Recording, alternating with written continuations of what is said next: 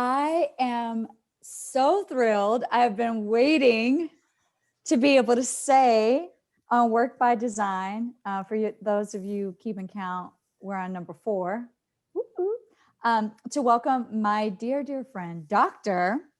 Kibibi Springs, to our little collab, who, by the way, kept me on point, who said to me, and I can say this because I'm the coachee in this situation. So Dr. Kibibi Springs is not only a dear, dear friend, and I'll let her tell us about what she does, but she's also my coach.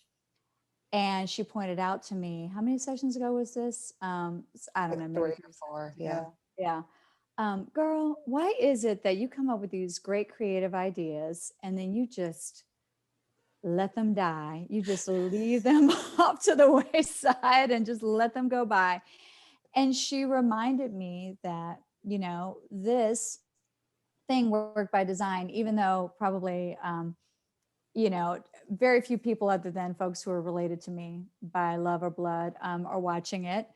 It's the idea, it's the process, it's the creativity, it's the thing that begets the many things that are fulfilling for one's soul. And I think uh, the building of one's purpose, right? Because a purpose is not a statement that just sits there on a piece of paper, right? It's an Exactly. embodiment that exists out of doing and being. And so you reminded me of that, and I am very, very excited now to be speaking with you about all that you do. So tell us what you do. Too.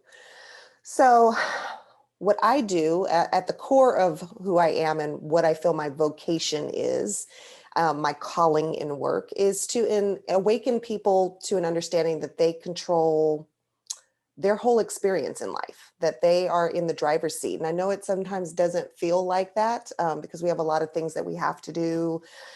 We have a lot of things that just without taking care of them, our lives would fall apart. But I think so often we forget that we also have a choice in how we go about those things and how much joy we can find in those moments. But it does not come without a little bit of extra effort. And so what I loved about the statement, work by design, is like our life is a work by design. If we are very conscious of how we're feeling in each moment, um, while doing certain activities, engaging with certain people, we're always getting these little clues and insights as to what's working for us and what isn't working for us. But it's up to us to dissect that, go inward a little bit, try to understand what that is all about, whether it's a feeling or sometimes it's a gut-wrenching feeling, sometimes it's just a little hint or a nudge. But I do believe, for those who believe in this, the universe is guiding us all the time. It's just about, are we picking up on the symbols? Are we picking up on the patterns of life? Mm, And are we making necessary adjustments so that we mm, can be ultimately happy? yeah. You know, as you're talking about our life as design and patterns, and this is something I know because I know you so well, but you are fast becoming a master gardener in a way and really building this garden. And I think it's really interesting because we neglected to say that you're an IO psychologist, like me, an industrial organizational psychologist. And the beauty of this field is that there's so many ways that you can apply this, right? Absolutely. And primarily it's directed toward work. And work, I'm beginning to really challenge myself to think about work outside of a paycheck, right?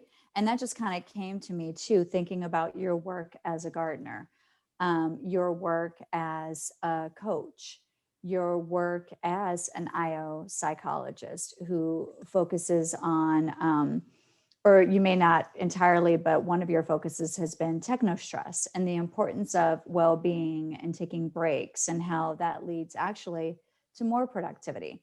So tell me about the way that you've been working by design, maybe in your work literally or in your life's work.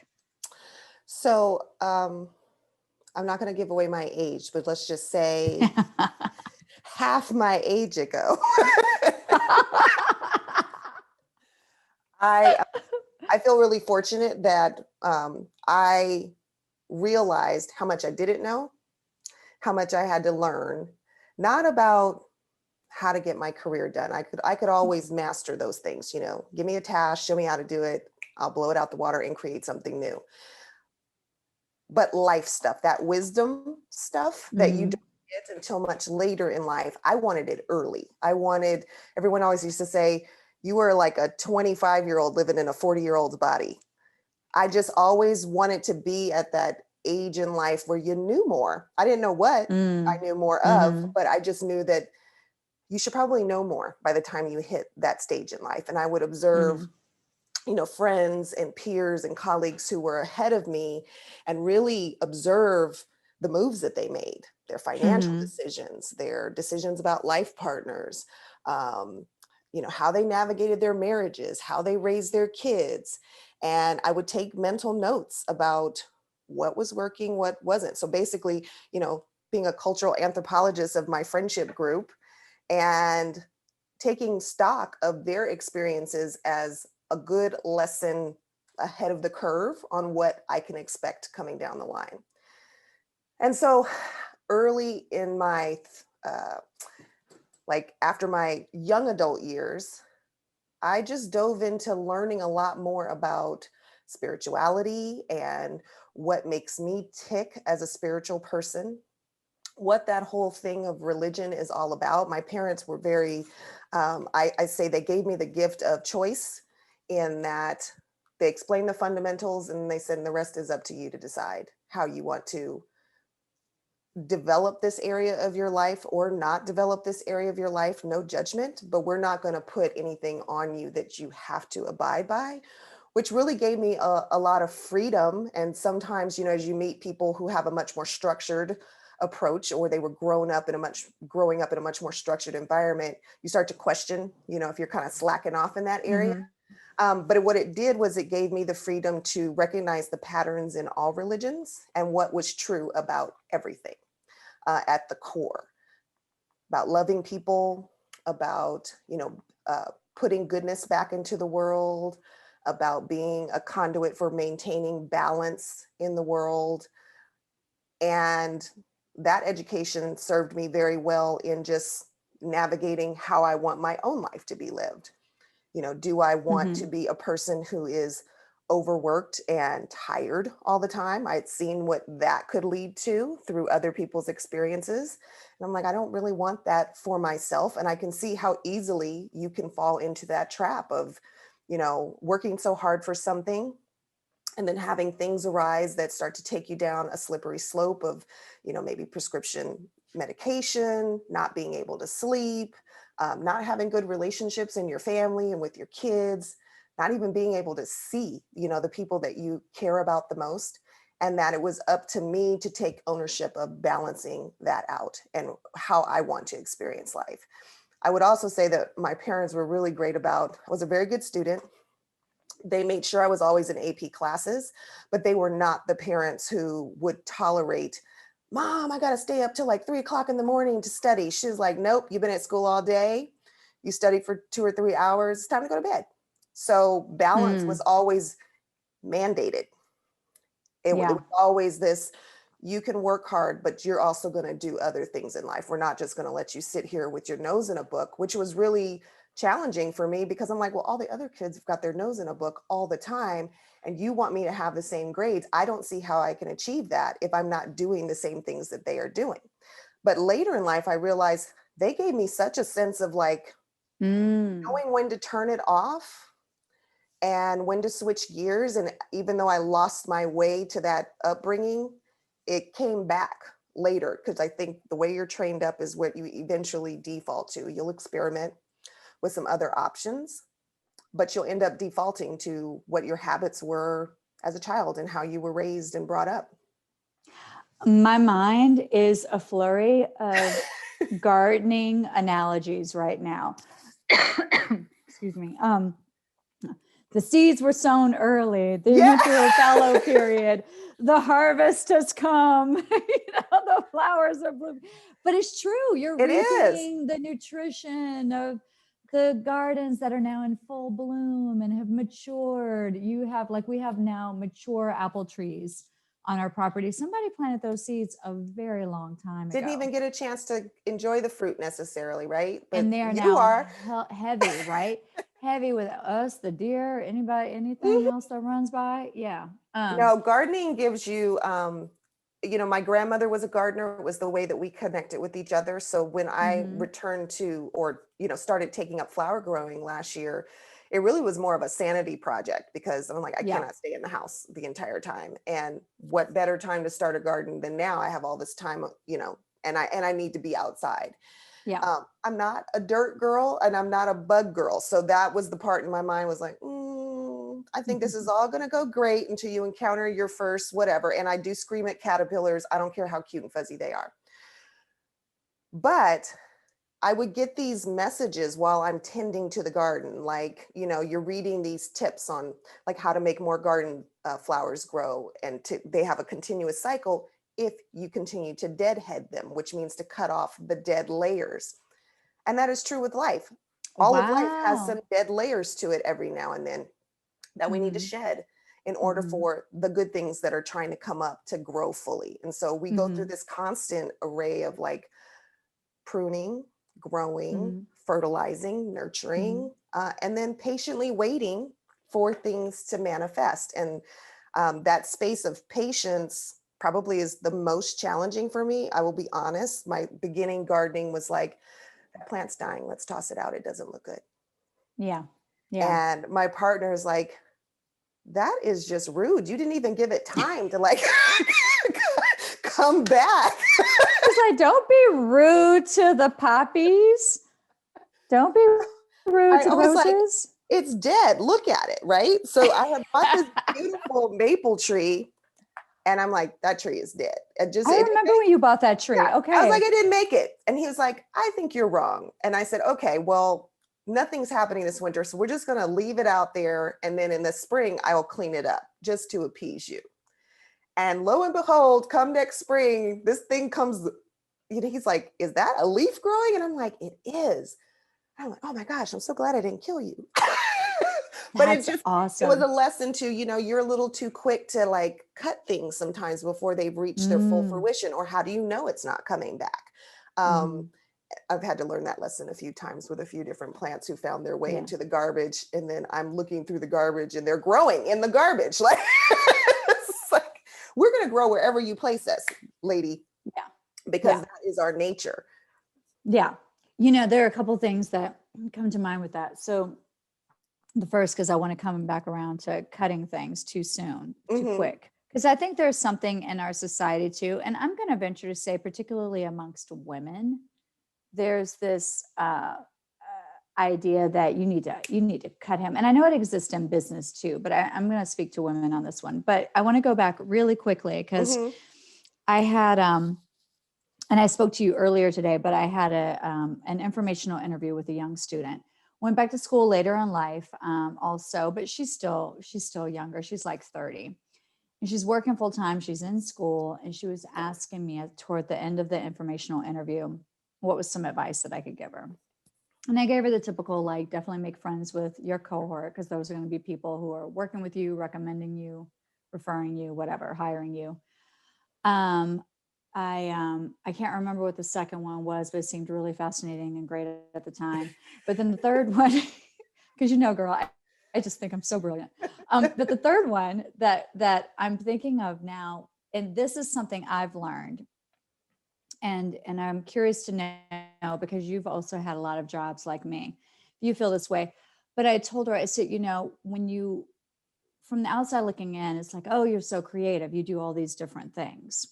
But what I've had to learn over time and with maturity is that it's not that there's anything wrong with exploring all of these things. It's not that that you can't enjoy and have some success in a lot of different things.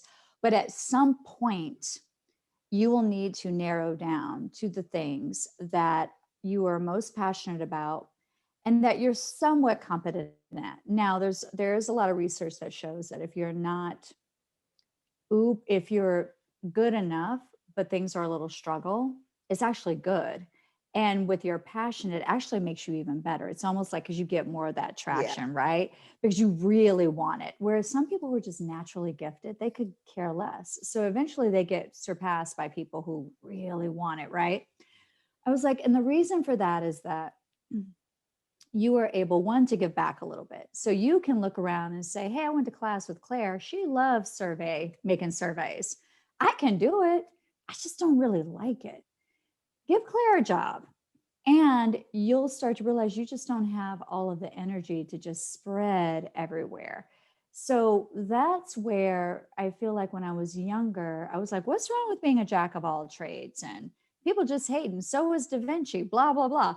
But then when I began to look more at even people like, people who do lots of different things, at some point you look and you see that they're actually only doing max 3 things that make a lot of sense together, Mhm. right? So and you're talking about, and in a way it's like what you're speaking to about cutting off the dead leaves.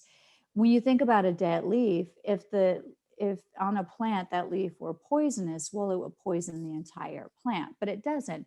It's just not getting the nutrition it needs. It's not getting whatever, and so you cut it off because that leaves the nutrition in the water for the rest of the plant Yes. to bloom, right? And that's what you essentially have to do in your life and in your career at some point. Absolutely. And it can be hard to like know when to prune. We are Mm-hmm. creatures of comfort. So as soon as we find some place that feels comfortable, um, it makes sense that we want to just stick there. But I think also Mm-hmm. part of the learning to coach ourselves is to know when it's time to move on.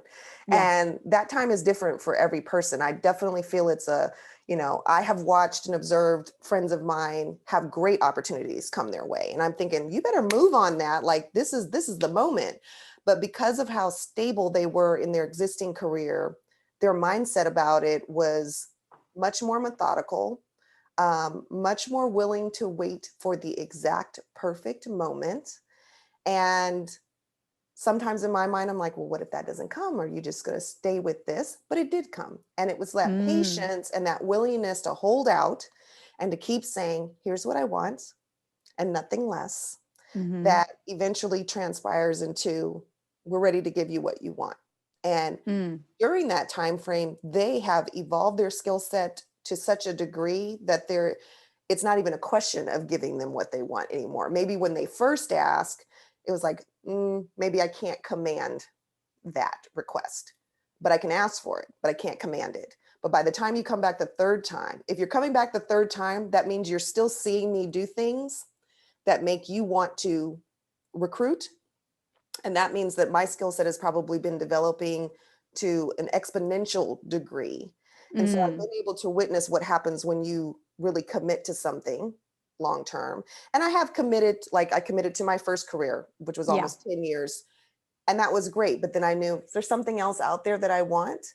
And so in going into this next leg of my career, it really was about mastery, and not mastery in that I'm going to be the best at this thing. There's a lot of people out there that do this kind of work, that dive into this research, but I'm going to be the best at taking this knowledge base and turning it into something that I feel is in alignment with what I was brought here to do, and applying it in that way. But in order to Mm. do that, I need to know it deeply, not shallowly. I Yeah. can't just Yeah. cherry pick things off the top and then turn it into something, because eventually I'll be called on that and I won't have enough knowledge base underneath to really back that up. And so it was important Mm-hmm. to me to really commit to something.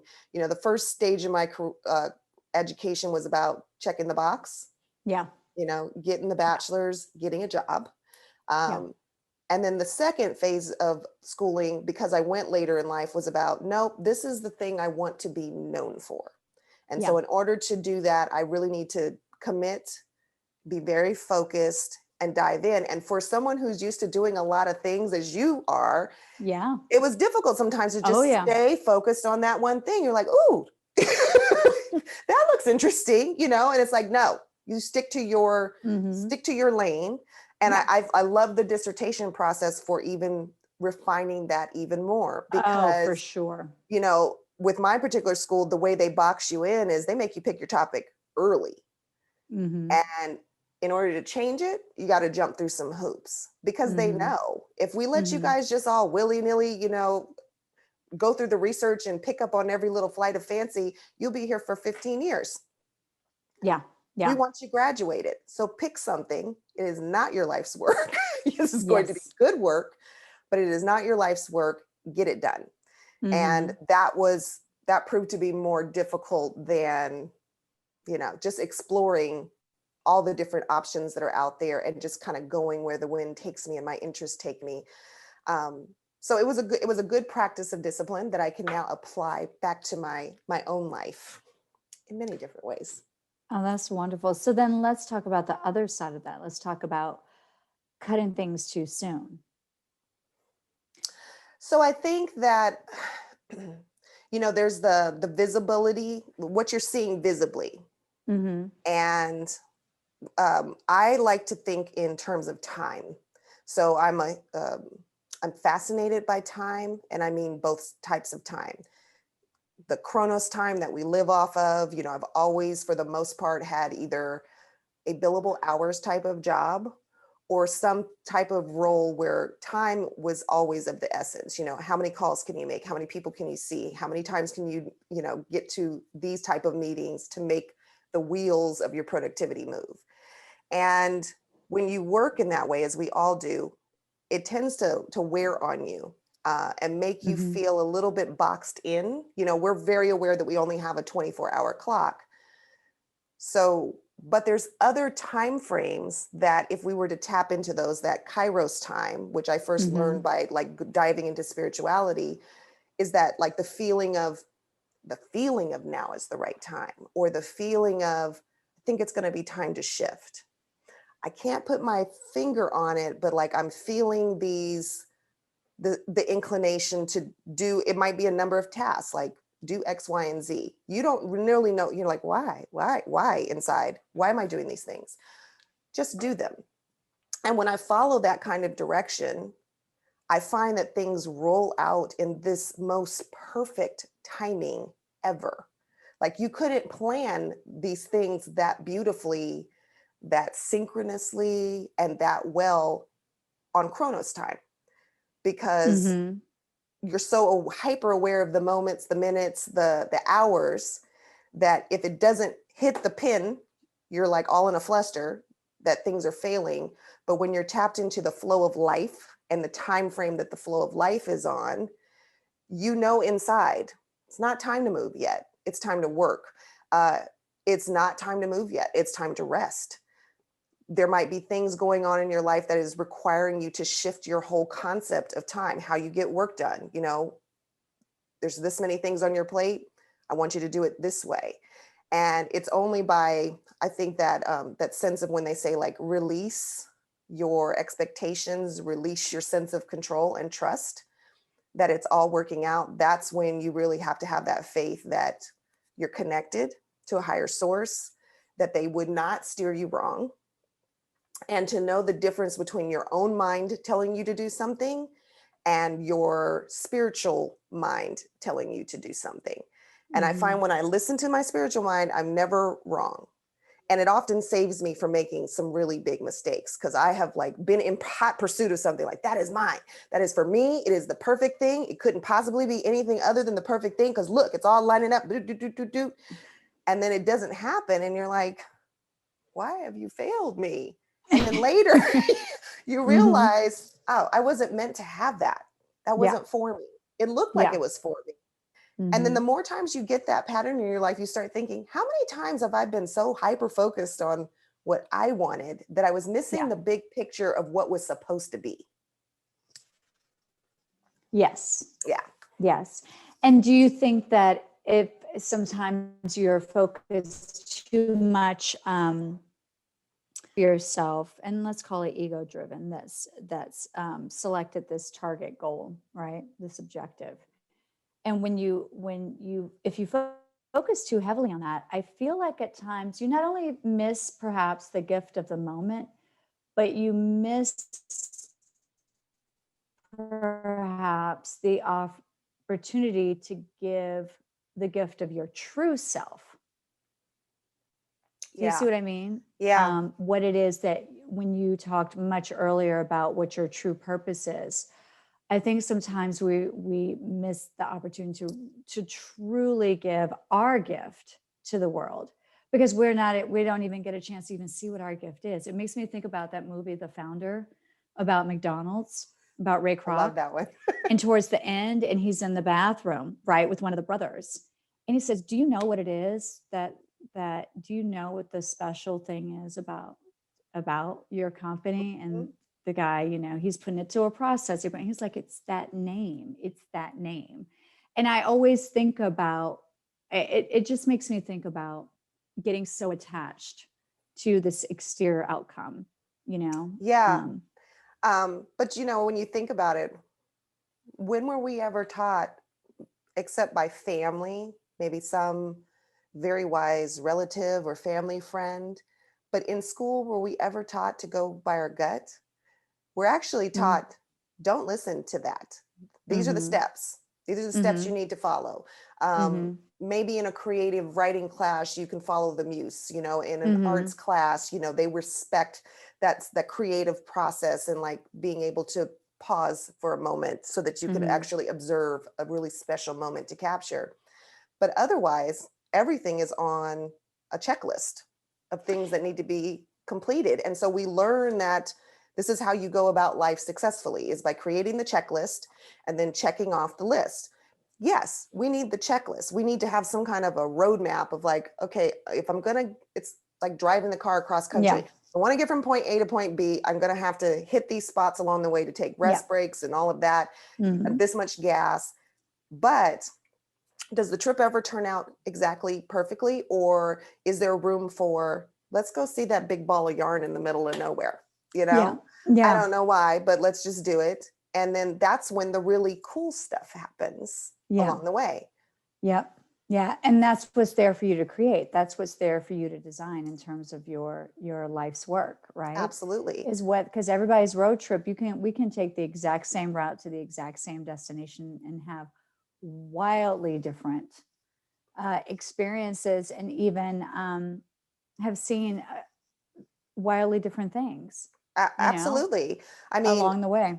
I think we all have a sense of divine timing, whether we call it that or Mm-hmm. not. We've seen these patterns. Like, my boyfriend always says, I have a time of year when new things pop up for me. It's pretty consistent. I'm, this Mm-hmm. age, and it's always been this time of year. And I'm like, same for me. I kind of Mm-hmm. know when things are boiling to a transition point, and I know when it's time to hold steady and be patient and continue to work. When Mm-hmm. I deny those times because someone's dangling something shiny in front of my face, um, I'll start to explore, and then I'll remember it's nice, but you're going to have to sit back for a minute and determine if this actually has a place in the plan that you set for yourself, or if it's just something that's going to take you off course. And that's the hard thing to evaluate, because some things are really shiny and exciting, and you just want to what if it. But Yeah. as my boyfriend always says, all money ain't good money. And Mm. understanding that chasing the shiny things and what you think may transpire, that doesn't always work out the way that you're thinking. So it's best to kind of tune in and listen to what your rhythms are telling you is the right direction. Usually works out better. Yeah, and so you've been patient, you've been consistent, you've received your doctorate. What is now coming? What is now blooming for you? What's popping up in your garden now? Lots of flowers, tons and tons of flowers. Yeah, that has been an exciting thing. And then for me, it's the plan that it wasn't put on pause, but it was the schooling was a part of the bigger plan for purpose. And so now it's nice to see that the ideas are still there. They're still relevant. It's a good time for them. I started a business called Kairos Living Unlimited, which will be a consultancy focused around well-being, coaching and consulting organizations through their well-being initiatives and decisions.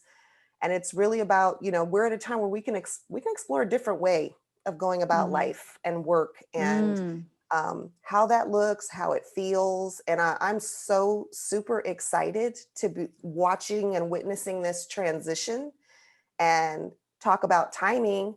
When I started this degree 6.5 years ago in 2010, which was after the first recession, I just started to notice some shifts in society. Yeah. And I thought, I wrote some notes like, I think these things will start to shift. Um, it didn't happen right away. It was pretty Mhm. status quo for a little while, but then to have this moment, which was, horrible for so many over the last year, but look at what it has opened up as possibility. And I just hope that we don't shut the door on this moment before we have completed the mission of Mm. changing the systems that need to be changed, or at least getting a good handle on here's how we're going to go about it, and here's how long it's going to take, and groups of people committing to seeing that through to its next iteration. So I've Mhm. been telling people, if you have a gift to bring to the world and you know what that is, I've had people call me and say, I have fear around it, and I just want to get your advice on what do you think I should do. And I'm like, who doesn't have fear? I'm fearful right now too. We all have that, but what I do know for certain is that we all need to turn our light on and shine it as brightly as possible so that the people who are looking for us can find us. And that's all you should really be worried about, not the Mm. competition, not what somebody else is doing, because it all works together as a whole, as we have gotten to see in this last year anyway, Yeah. that you might want Yeah. to think you're separate entity, but it all works together. Yeah. Yeah. That's beautiful. Well, that takes care of me asking about any advice. Turn your um, light on. turn your light on and then let it guide you. What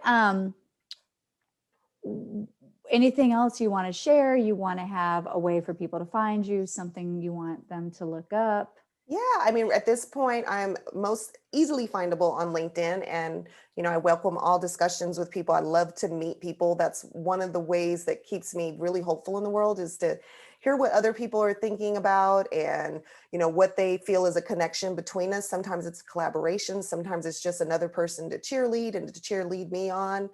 But what I know for sure, as Oprah would say, is that we all need each other to some degree.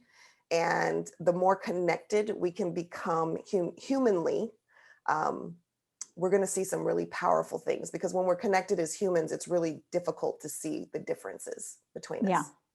Yeah. Yeah. That's beautiful. Well, thank you, my friend. Thank I'm you. gonna I'm gonna stop recording so that then we can gossip. So hold, please. That's it. Oh, thanks everybody too thank you for listening, and we'll get the next one started. We'll have Kibibi back, Dr. Springs back. I love saying that, Dr. Springs back Awesome. I would at love some to. point later.